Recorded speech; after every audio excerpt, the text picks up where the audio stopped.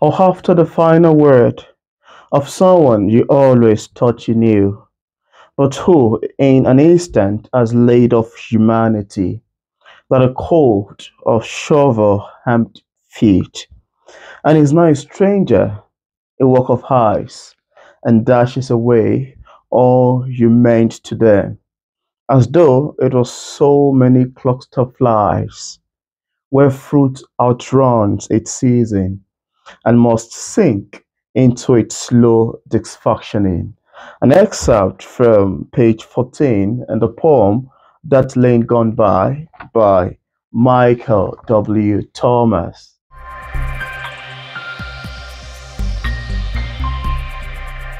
Hello, my fellow book lovers. It's quite exciting to be here again with another book review. And today I'm talking about Michael W. Thomas' poetry collection titled A Time for Such a World that I just recently finished reading.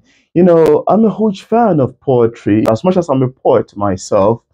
And picking up Michael W. Thomas' poetry to me sounds to be quite different, quite uncommon, quite unusual of the types of poetry that I've been reading for some while now. I had the privilege of interviewing Michael W. Thomas several months ago, I think, and we had a conversation around his work, with this one actually inclusive.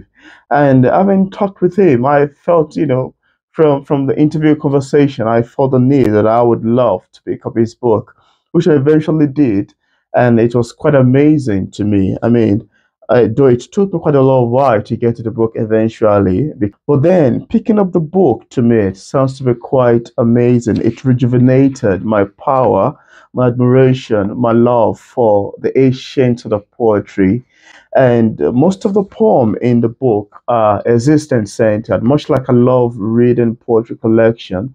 I love works that would cause me to think long after I've read it. I love words, I love poetry collections that the lines and stanzas are deep, touching into the themes that has to do with human. I mean, existence centered, just centered around humanity.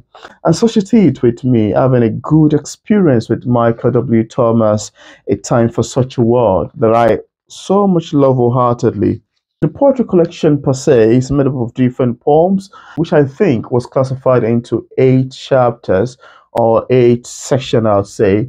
So the first section of the poem, and the second, the third, through to the eighth one are quite deep, are quite philosophical, they're quite powerful, and they expound on most of the things that we face currently in our contemporary world. I remember reading a poem titled B4976, and it sort of expound on a touch on the hurricane that happened in October 1987, many years ago. Talk about the effect that the hurricane had on the people, the number of people that died. This is actually something that affects a good number of countries. And there's something in this particular poem, which I think it's one of my favorites actually, that stuck with me. It's the way the poet uses words, metaphors actually, alliteration, figurative expression to denote these horrific happenings in a way that it got you thinking that this is actually a very lovely and nice approach. I mean, I'm a poet myself, I write poetry, but I need to, and that's something I particularly love about Michael W. Thomas' writing style. Its choice of words, its poetry styles are quite intriguing actually. His use of metaphors, his use of personification, his use of simile, trying to describe a particular incident with the most slightest, easiest, lovely comparison that you can even paint the image in your head while you read along. And that's one of the reasons why I think, actually, I might not be totally right. I think its style of poetry dabbles that of the conventional style of poetry. I mean, if you've read poetry, but that's of William Shakespeare, but the old amazing poet we have, Michael W. Thomas style take format of this old ancient way of writing. I know he's an age author, sure, but then that's something I love about his writing style. It's attention to meter, it's attention to reading, it's attention to qualities of poetry, and more particularly its distinct style of writing. And I think this is something that pertains to one poet to another. Michael acts an amazing and unusual, actually. I mean, this is a style that I haven't found in most poetry collection that I've read. Perhaps I need to expand my knowledge in poetry. But the Michael W. Tomac style are quite distinct. They're quite unusual. It's words of the type that I haven't found elsewhere. It's entirely new to me.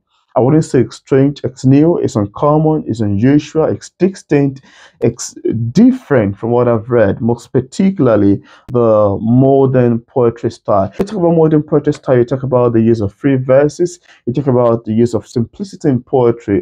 So if you're the type that love conventional style of poetry, then definitely you would love it. When I mean by conventional style, I mean the ancient way of writing poetry. So let's get back to the book. There are different styles in the book. Most of it expound on striking issues, striking occurrences. One poem actually in that category is the one titled Orphans of Midsummer Rocking Upstream, which is quite amazing to me actually while I read it.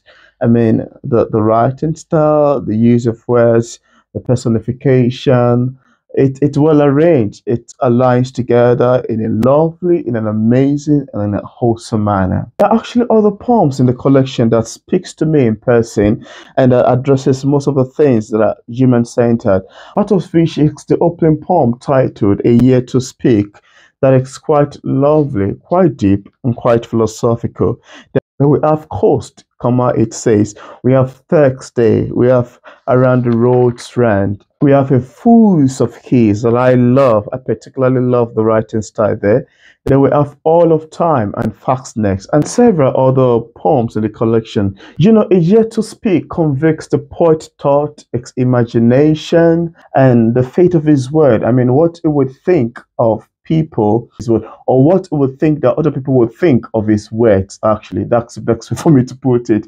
Yeah, in lines like this is actually evident in lines like it might be something of remembrance. I mean, this is a poet actually speaking to himself, examining his inner mind, his inner thought on what he think would be the outcome of his words. So in pages like says, some lines says, it might be something of remembrance for those who sleep around me on their way to whatever they think they may become, or to where their petals fold as light unmakes, whichever is the sooner. There are other poems in the collection here. I need to mention the fact that there are other poems in the collection that are written in the form of narrative poetry. I mean, this is a poetry that tells stories, yeah? And this is evident in poem like Unfen Gleodlin, thereabout. Then there's another particular poem that has long stanzas and long line, which was evidently telling a story. So this alongside with the use of ancient style of writing are the things that you will be finding out or discovering, picking up a time for such a word. The other poems too, I mean, the ones in short text theory. Short text they actually remind me of my travel to new cities and whenever I check it in a new place. That link gone by, like I mentioned, it's poetically deep, quite philosophical, and many others. We have the pages of Canula too, Canula Lopes. It's so deep. It speaks of his pain of a bedridden man, speaks of the pain of a sick man as he survived life owing to his every breath. In pages of Goodbye, you can see the writer of him bidding goodbye to the things that he did not want in his life. The book generally is a trunkload of the uses of metaphor, which I particularly love. His writing style, its use of words are quite amazing. They're quite dynamic. I mean, they are very wholesome.